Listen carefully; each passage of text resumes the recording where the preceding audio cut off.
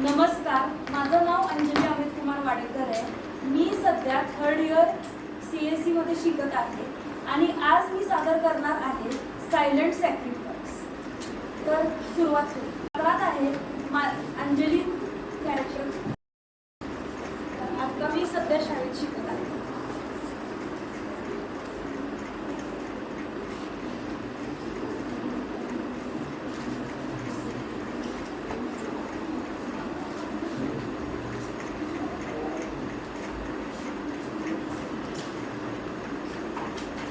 अंजली, तू अभ्यास करण्यापेक्षा तुझ्या मम्मीला हेल्प कर की किचनमध्ये। एवढा अभ्यास करून तू काय करणार आहेस? तुला तर लग्नच करायचं।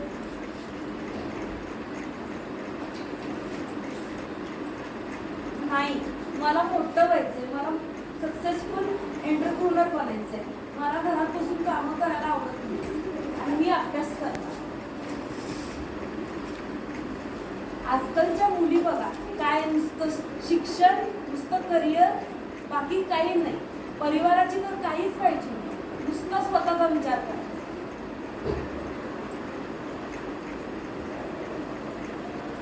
आता ती 10 वर्षांनंतर ग्रॅज्युएट होती।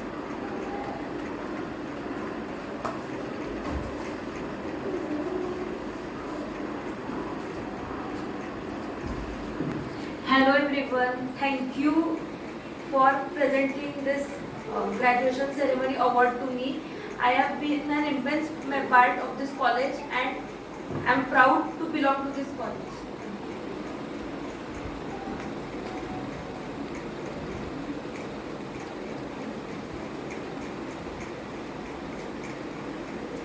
अगं बेटा, तुझं आता सगळं झालंय। तुझं ग्रॅज्युएशन झालं, तुला तुझ्या इच्छेप्रमाणे तुझी डिग्री मिळाली। आता लग्न करायची तयारी आपण सुरू करायला पाहिजे। नाही, माझं अजून शिक्षण संपलं नाही। मला आता जाऊन पहिली इंटर्नशिप करून, मला पोस्ट ग्रॅज्युएशन करून सेटल झाल्यानंतर मी बघणार लग्न करायचं का नाही।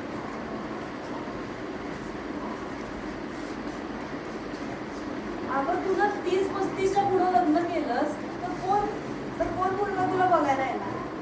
आत्ताच तू विचार कर लग्न, हे सगळं सोडून दे। मी नाही सोडत।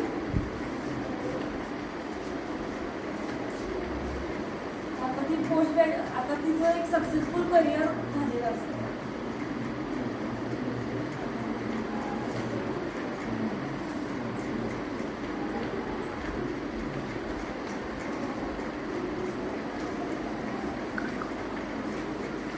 आता मी लग्न करायला तयार आहे आई बाबा। तुम्ही जो मुलगा निवडला यासाठी तुम्हाला खरोखर खूप आवडलेला आहे, तर मी तयार आहे।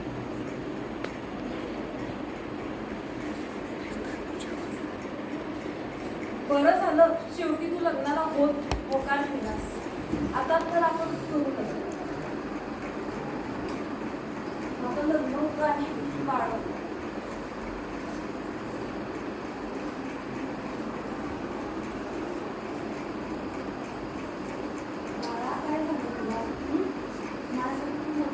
ना, पण हे लक्षात ठेव की मला जसा त्रास झाला तसं मी तुला होतो।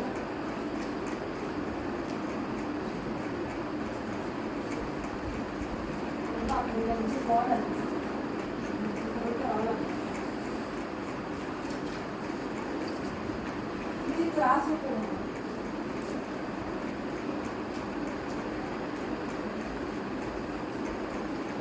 अगं अंजली, तुला तर आता मुलं झाली आहे, तुझं आता सगळं सेटल झालंय, तुझा एक बिझनेस, तुझं जे करिअर आहे ते कंटिन्यू का करायला लागेल?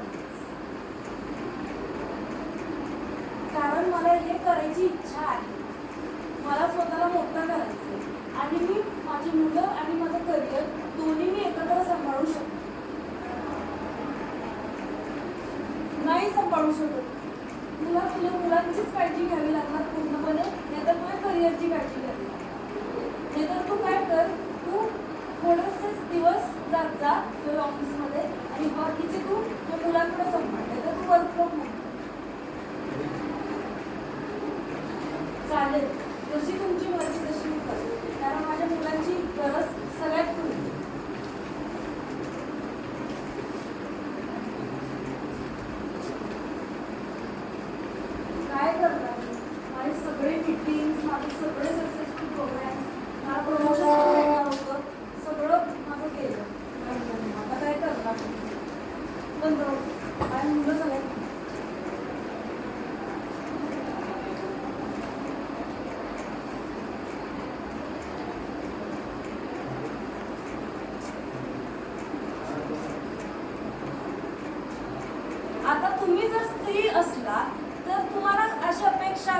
बोलणी तुम्ही ऐकलेलंच असतात की मुली असे नोकऱ्या करू शकत नाहीत किंवा मुली असं कपडे घालायला नाही पाहिजे, मुलींनी तसं करायला नाही पाहिजे, मुलींनी नाचायला नाही पाहिजे, मुलींनी मिलिटरीमध्ये नाही जायला पाहिजे, मुलींनी आवाज काढून बोलायला नाही पाहिजे. आणि समाजामध्ये अजून कितीही विकसित झाला समाज, कितीही मुलींना एज्युकेट केलं, कितीही डेव्हलपमेंट झाले, तरीही अजूनही बऱ्याच भारताच्या भागांमध्ये आणि दुनियाच्या बाकीच्या भागांमध्ये पण असं दिसून येतं की मुलींना अजून दबावतात. मुलींवर खूप रिस्ट्रिक्शन येतात की हे करायचं नाही, ते करायचं नाही, आणि मुलांना हार्डली कुठले रिस्ट्रिक्शन येतात. आणि आजकाल किती अटॅक्स येतात, रेप अटॅक्स येतात, ॲसिड अटॅक्स येतात, आणि दररोज एक 50-60 हजार क्राईम केसेस बायकांच्या अगेन्स्ट रिपोर्ट होतात. आता एवढे झाले तर रिपोर्ट झालेले केसेस, जे झाले नाहीत ते तर आणखी किती जास्त असतात. आणि खूप वाईट परिस्थिती आहे. आणि मुलींना प्रत्येकदा की लहान मुलगी असली, म्हातारी आजी असली का लग्नाच्या वयाची बाई असते, तिला कुठलं ना कुठलं तरी त्याग करावा लागतो. तिला तिच्या गोल्सचा किंवा त्या स्वप्नाचा त्याग करावा लागतो की लोक काय म्हणतील, की तिच्या आई वडिलांना काय होईल किंवा लायकी जाईल, त्यासाठी ते त्यांचे ड्रीम सॅक्रिफाईस करतात. मॉडेलिंगचे असू किंवा कुठल्याही नोकरीचे असू, किंवा ते त्यांची बाकीच्या इच्छा असतात. इव्हन लग्न झाल्यानंतर मुलींना खूप स्वप्न असतात इथं काम करायचं, किंवा इव्हन काय काय क्लब्समध्ये, काय काय इव्हेंट्समध्ये ते त्यांचे टॅलेंट दाखवतात आणि त्यांना खूप ड्रीम्स असतात. तरी पण समाजाच्या एक्सपेक्टेशन्समुळं किंवा घरातल्या परिस्थितीमुळं त्या सासरे काय म्हणतील, ते त्यांची लोक काय म्हणतील, किंवा अंकल आंटी काय म्हणतील, त्यामुळे त्यांना भीती वाटते की ही गोष्ट करायला हवी का नाही करायला हवी. मग त्यांना टेन्शन येऊन बऱ्याचदा ते गोष्टी अशी करत आणि ते मागं पडतात. आणि जर पहिला मूल बाळ झालं तर अजूनही त्यांची ऑपॉर्च्युनिटीज कमी पडतात. जरा जरी ती बाहेर गेली, जरा जरी तिथून जरा स्वतःसाठी काहीतरी काम किंवा स्वतःसाठी काहीतरी करायला लागली, तरी पण तिला नको बोलतात, अगं तू किती स्वार्थी आहेस, तू तुझ्या मुलांची काळजी करत नाहीस, तू नुसतं स्वतःचाच विचार करतेस.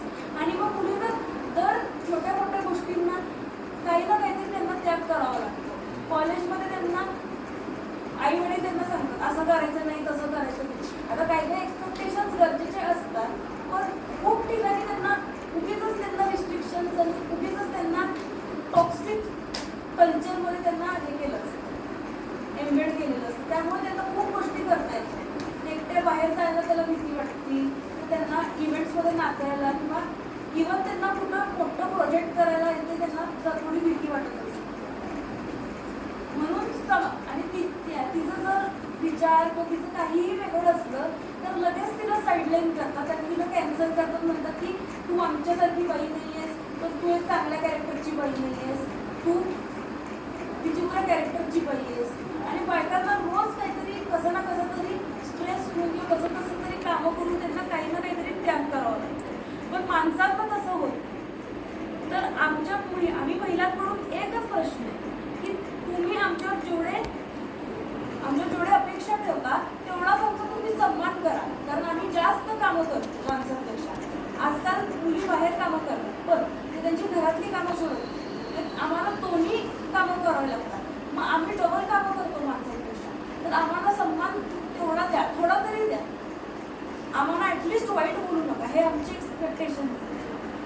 तो त्याग जरी गप्प असला, त्यांनी आई वडिलांना सांगितलं नाही किंवा त्यांनी कुणालाही सांगितलं नाही, त्यांच्यापाशीच ठेवला, तरी तो एक त्याग आहे. आणि त्यांना त्याचा खूप त्रास होतो. आजकाल आत्महत्याचे, आजकाल डोमेस्टिक व्हायलन्सचे खूप केसेस यायला लागले. आणि ह्याला नुसती माणसं नाही, नुसतं समाज नाही, पण बायकासुद्धा रिस्पॉन्सिबल आहे. ते स्वतःसाठी उभारत नाही, ते अन्याय सहन करत नाही. आणि माझं म्हणणं असं आहे की अन्याय सहन करणं हे अन्याय करण्यापेक्षा जास्त बेकार असतं. त्यामुळं बायकांनी एकमेकांना खाली पडण्यापेक्षा एकमेकांची साथ देऊन, मदत करून, त्यांनी हे सगळे बॅरियर्स ब्रेक करून जे सॅक्रिफायसेस आहेत, तर जे काहीही असेल ते मिटिगेट करायला पाहिजे. आणि त्यांनी एकमेकांना सपोर्ट करून तुम्ही अजून गोल्स